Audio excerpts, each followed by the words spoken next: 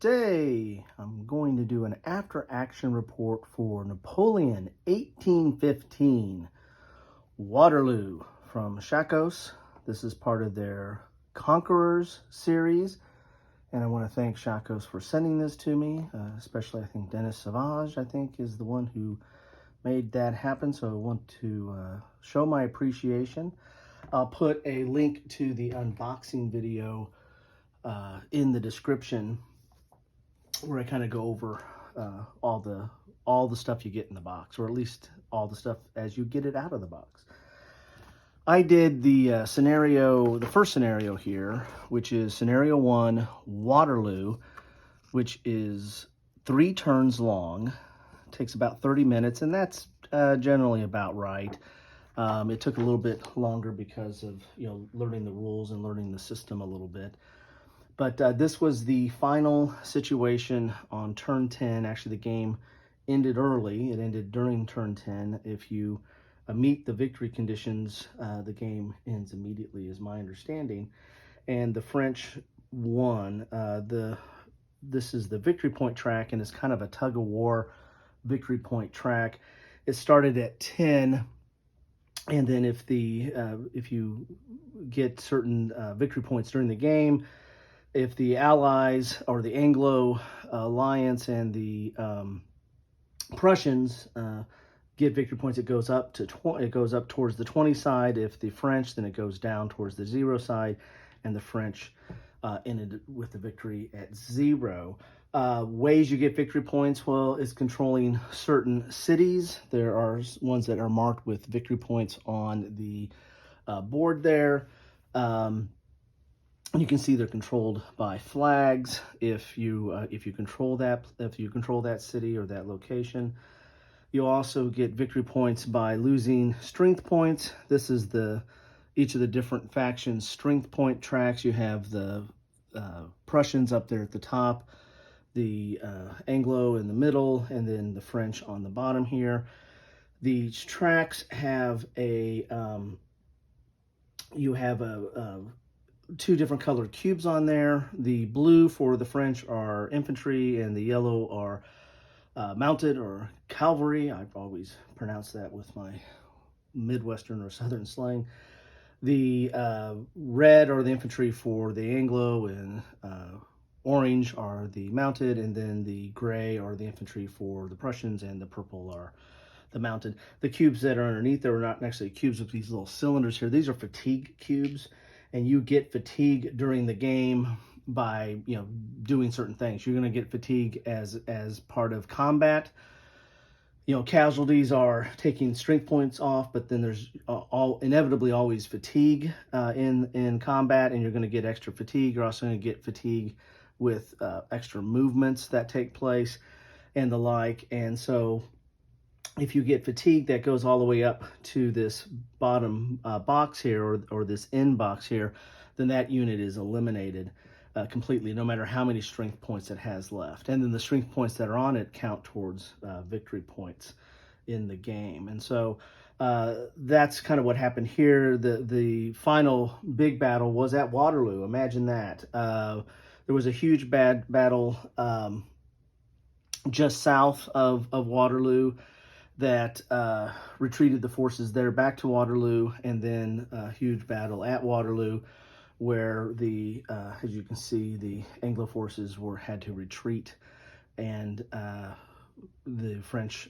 secured Waterloo, which the victory points from Waterloo, along with the loss of strength points from the Anglo forces, which was more than what the French had lost, secured the victory down to 0. So this is kind of the final situation. Kind of did a different tactic with the French, getting Grouchy and Ney out of the battle, since they weren't very effective in the historical battle. Grouchy went to Namur, and Ney took Linné. And then there was some fighting over that. There was a huge battle there where Blucher was lost. If you lose a unit if all the units that are with a commander, the 3 commanders are Blucher, Wellington, and Napoleon. if all the corps that are with them, if they're eliminated, then the commander's eliminated as well. And Blucher fell in that, or Blucher fell in that battle, which was 2 extra victory points for the French forces as well. So interesting game, probably messed up stuff as I'm apt to do, especially on my first, few times playing a game. Let's strike that every time I play a game. But got a real good feel for it and flavor for it as I was playing along.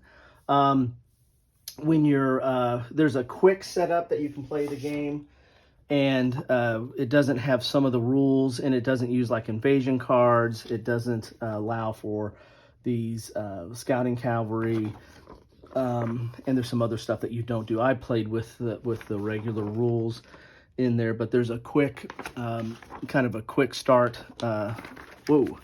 setup that you can play, and it just teaches you the basics, and that I would recommend that if you're wanting to get familiar with the game, but the game's not that complex. So that's the after action. Let's talk a little bit about the gameplay.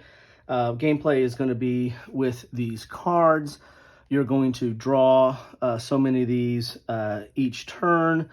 That's usually dictated by the invasion card. And at the beginning of the turn, when you're trying to determine initiative, which who's going to go first, you can play these blue cards for their event. I think these are like, I can't remember what these are called, but it's like a premonition or kind of guessing what the other side's going to do. So you can play the blue cards and discard them as part of the initiative phase. And then you're also going to reveal a card for its number here, and then the highest number is going to go first. And if there's a tie, then the French go first. So that's one use of the blue cards. If you draw a red card, then these have to play immediately, and they usually affect the entire turn. These are kind of like rain cards or stuff like that, but these affect what's going on for the turn. And you don't get to draw back up. If you have one of those, you have to play it, and you don't get to draw back up. So that leaves the green cards are the ones that you play during your operations. So you're basically you're going to draw, you're going to have initiative, and then you're going to do operations, and that's basically going back and forth until everybody passes or can't do anything. You'll go back and forth with operations. And what are operations? Well, a lot of times it's movement, and this is kind of a point-to-point movement grid here. And you're going to draw a card from the deck. It's off camera here, and that's going to give you how many movement points you can do on that turn. One unit can move that. One corps can move that amount of unit. Commander usually gives you a bonus of 1 to the movement. Napoleon does, and I think, I'm not sure if everybody else does, but I know definitely Napoleon does. Maybe all of them do, all the commanders. But you can move the corps that amount. If you want to move 2 corps, then you're going to have to subtract that from the card here. So like if you draw 3 and you're moving 2 corps, so you're going to subtract 1 from that. So you're only going to move 2 spaces. And so if you want to move 3 corps, well, then you're going to move 1 spaces and so on. So that's going to limit what your moves are, or moving a stack, so to speak, how many of that stack you can move. You don't have to move the entire stack. You can move just portions of it, but based on what you draw for the movement card is going to depend on how much you can move out of that stack. And when you move something, and after you move it, then it's going to flip to its activated side, meaning that it's done. It can't do anything more that turn. So you have the active side, and then you have the active or activated or done side. And if you move, you get spent. If you attack, you get spent. If you defend, you get spent. So there's not a ton of actions in the game, depending upon what if you're closing in for combat. You can move and have combat. That's part of it. And then when you do combat, that's a factor of how many cards you draw. I mean, you can go by cards, and you'll play, and you'll draw so many cards, or you can roll dice. In this game, I end up rolling dice because I am a sucker for punishment, or a glutton for punishment. Sorry for the shaky there. But you can normally, if you want to go through the deck of cards, you can draw cards, and then you get the result here is on the left. So like that's 2 fatigue, that's a 1 fatigue and 1 elimination of an Anglo force or an allied force, and then you have those different combinations there. But those are the same combination on the dice. The pips are loss of fatigue, and then if you have a little X in a box, then that's going to be an actual casualty where the other side loses a strength point. You can go with the card approach and draw cards, or if you don't want to go through the deck, you want to take your luck with dice. They have all kinds of dice that match up to the cards. But basically, the number of strength points is going to tell you how many dice or how many cards you're going to draw.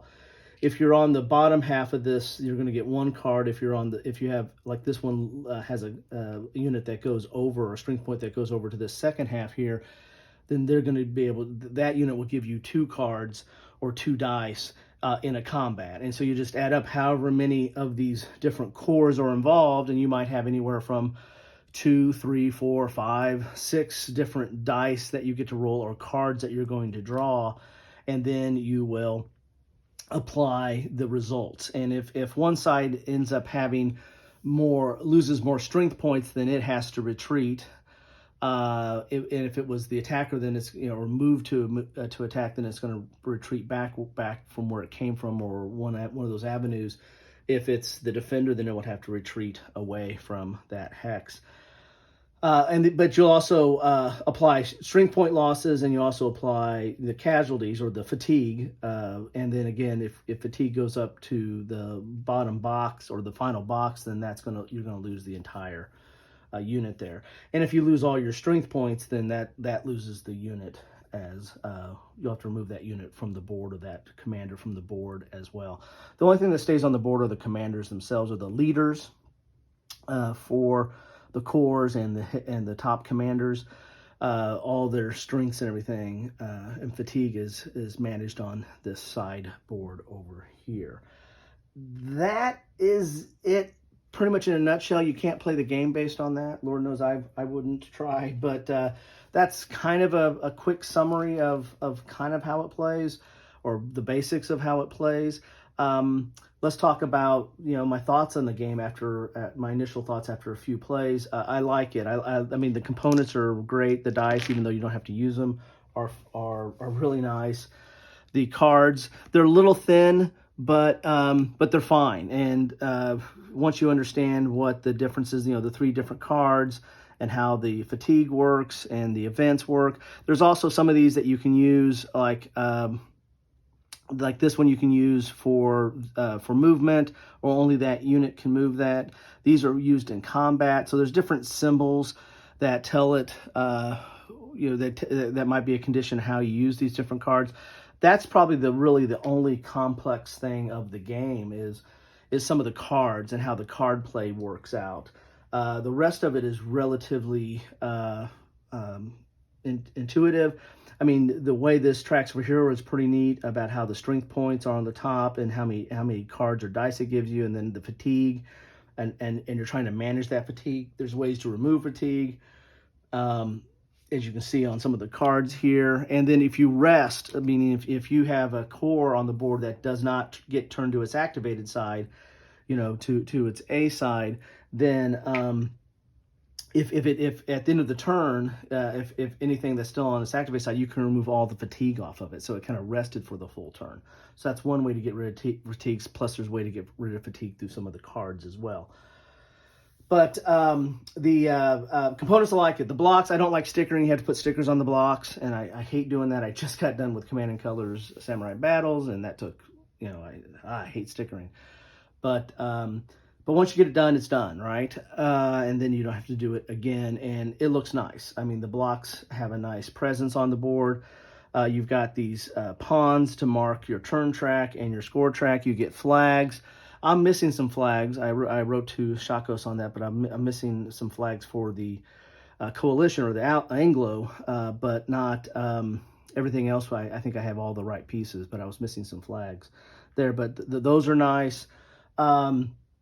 their cubes and fatigue, they're fine, and they work very nice on these boards, and these are very thick boards, almost mounted. The board is mounted, and I think very beautiful. I mean, it's very functional. You can see where the force is at, and the force, affects mounted units and the like, but the rest of it's really point to point, and then you need to know what some of the fortified towns or fortified farms or some of those areas, you need to understand that. But very functional and very, I think it plays well. It looks nice on the table. And that's about it. I mean, that's all the components. I mean, you also get these bags, which I don't know what I'm going to use these bags for. Maybe I put the cubes in here after the fact. The blocks, I guess, for the different leaders. Maybe that's where those go. You get these very nice screens. If you're playing the Grognarg method, you're going to use these screens to hide your faction forces, so they don't know what your strength points or your fatigue is at. But on the backside, it has the game sequence and all the different for movement and for combat and different things like that that goes on. Those are nice as well. So I mean, the components are nice. And I think it's very colorful. It's very I like it. I like how this faction board works with the main board and moving stuff around. As I said, the only thing that's a little that takes a little getting used to, or a little bit of a learning curve, is the use of the different cards and how they come into effect. But again, not that complicated. They're kind of multi-use cards, and it's not that complicated. So that's what I have for you today. That is Napoleon 1815 Waterloo. It's part of the Conqueror series. They have one for Napoleon 1806 and 1807.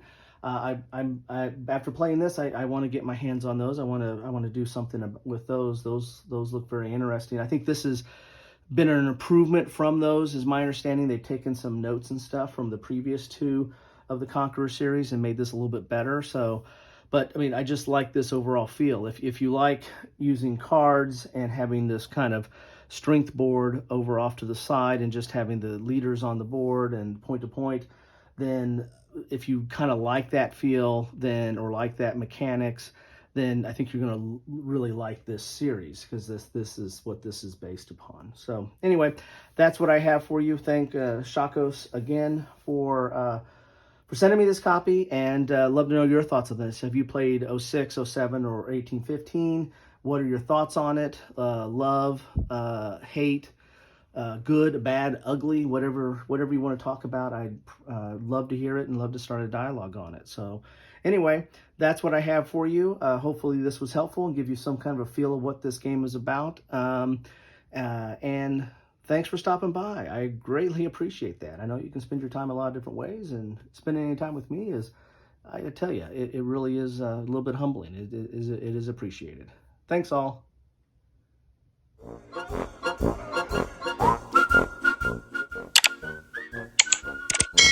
Thanks for watching.